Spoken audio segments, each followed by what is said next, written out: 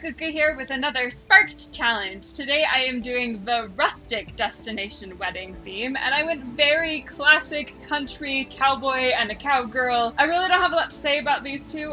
They're super basic. Like, I'm not winning any competitions with this one, but I had a lot of fun doing it. I kept wanting to throw like some sort of curveball at them, some sort of conflict in their relationship or some drama, but then I also just wanted them to have like this ideal happy little country life. I think because that's what I want, and you know, I didn't want to throw like conflict into my own story. Not that I like based the girl on me or the guy on like my dream guy. Like, I want to marry a cowboy, but not necessarily this cowboy.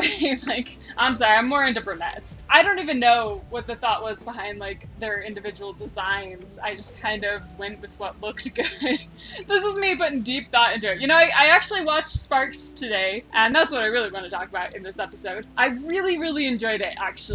And it did get me thinking, you know, like, what if I was on the show? And, like, I know my skill level is not there. And I'm not saying that to get, like, pity or sympathy comments of, like, yes, you are. I just, like, have seen the amazing talent in this community. But at the same time, like, watching it, you can't help but think about, like, what if I was on it? What would I do? But here I am doing a cast challenge where I put, like, no thought at all into it. I thought country, and I ran with that. Not a lot of story there. I did name him Kane Christensen because, like, the only country music star I care about at all is Christian Kane, and I only care about him because of his acting. I really liked him on Leverage, and I really liked him on The Librarians. Two of my favorite shows, actually. As for Sparked, I think the show is such a unique concept. I do feel like it's gonna have some growing pains. I would like to see it evolve a little bit. I can tell they're just getting their feet on this whole concept. Turning The Sims into a competitive game is really interesting. It makes a lot of people mad. I've been reading on Twitter, people are furious that this show is like pitting Simmers against each other. And I'm like, for one thing, it's not. I mean, can we talk about how sweet Plumbella was? Which is like, if I go out, at least I'll go out being nice. And you're just like, we love you so much. So I think for one thing, it really showcases the Sims community and how much we actually care about each other, even in the midst of competition. And let's be honest, it just adds some spice to the show. Like, normal non-simmers aren't going to watch it if there isn't a prize and a competition and, you know, the challenge. And I like to see people have to push themselves. I like competition. I think it's healthy. I do like that Sims is a non-competitive game, but I don't think having something kind of separate that uses the Sims that is competitive is a bad thing. But they could kind of fix the program a little. I would actually like to see the Simmers have some more time, and I do understand why it's so limited. It gives a really interesting challenge, makes things exciting, but I think we would see more impressive results if they had just a little bit more time to do things. Even Plumbella and English Simmer, who know this game really well and are insanely talented, couldn't do as much as they wanted to. Couldn't do as much as they could do if given just a little bit more time. So I think making the times just a little longer. I honestly think the like big challenge could be like a solid day, and maybe the like final challenge when we're down to 2 teams will be that way. I've only seen the first episode at this point, so I don't know what like their plans are for the future, but I'd just like to see the competitions having a little more time so that we as the viewers will get more impressive results to watch. Not that I'm saying that what we saw wasn't impressive. They were amazing. But they could just be that much better if we had a little bit more time. But I said last episode that I would never want to be on the show, which is funny because I'm entering the Sparked Challenges, and I didn't realize that the prize of the Sparked Challenges was to be considered for the next season of the show. And again, I really don't think I'm gonna win, but it's really funny to enter a competition that you're like, please don't let me win this. But actually, after watching it, like, I still don't think I would actually ever be on it, and I would probably, like, hardcore choke if I was doing the Storyteller Challenge and, like, standing in front of the judges. I would have a freaking nervous breakdown. Like, I love to tell stories, but like on the spot like that, trying to make the Sims do what you want, and no, please no. But at the same time, my brain was already going like, well, if I had those props, this is the story I would tell. It killed me that the team that got bubbles didn't make a story about the like bubble hookah that we have, because that is like one of the most amazing items in the game. There's so many things you can do with The Sims, and there's so much fun stuff.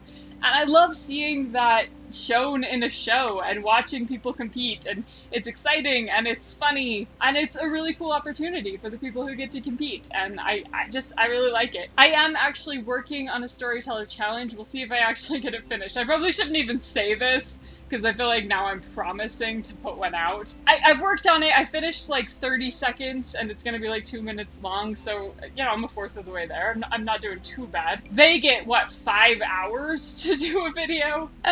I've been working on this for 2 days and I'm a fourth of the way done. I don't even know how you could do that. I also realized that what I'm saying about the show doesn't make a lot of sense if you haven't seen it, so I recommend going and watching Sparked. Let me know what you think about it. Do you like the idea of competitive simming, or are you one of those who thinks that we should maintain the purity of having a game that has no competition? I'm really excited for the next episode and to see where this goes. I'm really intrigued to see who wins, because they can't talk about it online yet, and I keep feeling like it's gonna be Plumbella, and it's weird to watch her videos right now and be like, did you win? Did you just get like a crap ton of money that you can't talk about? I don't know, that's so intriguing to me. I have officially changed my view on the show. I would like to be on it. I don't think I ever will be, but it would be fun. I don't know. I think I would go in with that mentality of just like, this is going to be a good time and crazy and we get to be creative and it's a group project. That's the worst part. And I would have fun working with people, but at the same time, it would be really stressful and you would really not want to let them down.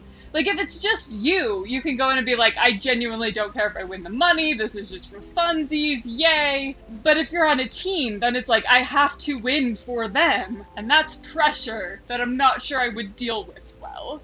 This is the first competition show that I've watched where I am really familiar with what they're doing. I have experience in it, and I don't think I have a competitive edge in simming, but I know how to sim, unlike fashion shows or cooking shows where I'm like, yeah, I could never do that to that level. So I can't help but imagine what if I was on it? And it's just kind of fun to think about. And now I want to do more storytelling challenges like that. My storytelling challenge that I'm entering is a machinima. I guess all of them were, but mine's a music video, more that direction, and they went more the narration, which would be interesting to try.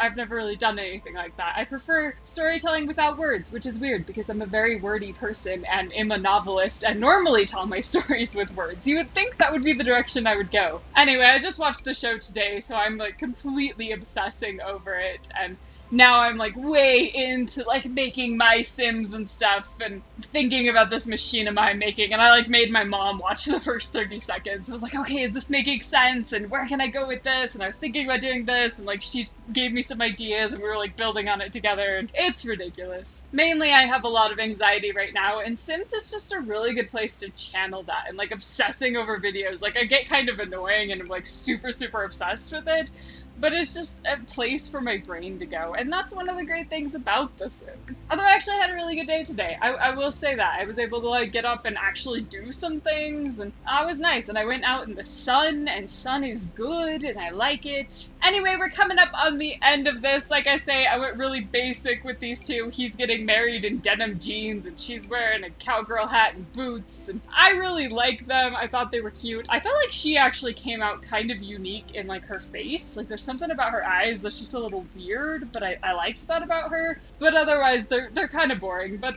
I like them. Very vanilla. Sometimes you just want vanilla, okay? Throw me under the train, tie me down to the track, let them big old wheels roll right over my back. I'll have a smile on my face all the way to the promised land. Well, toss me out of the plane, watch me fall to the ground. No, I don't care if my body ever gets found. The way you're loving me, baby, I can die a happy man. So that is Kane Christensen and Emma Driver for the Rustic Destination Wedding Sparked Challenge. I had so much fun with this. Thank you guys for watching, and I'll see you next episode. Bye!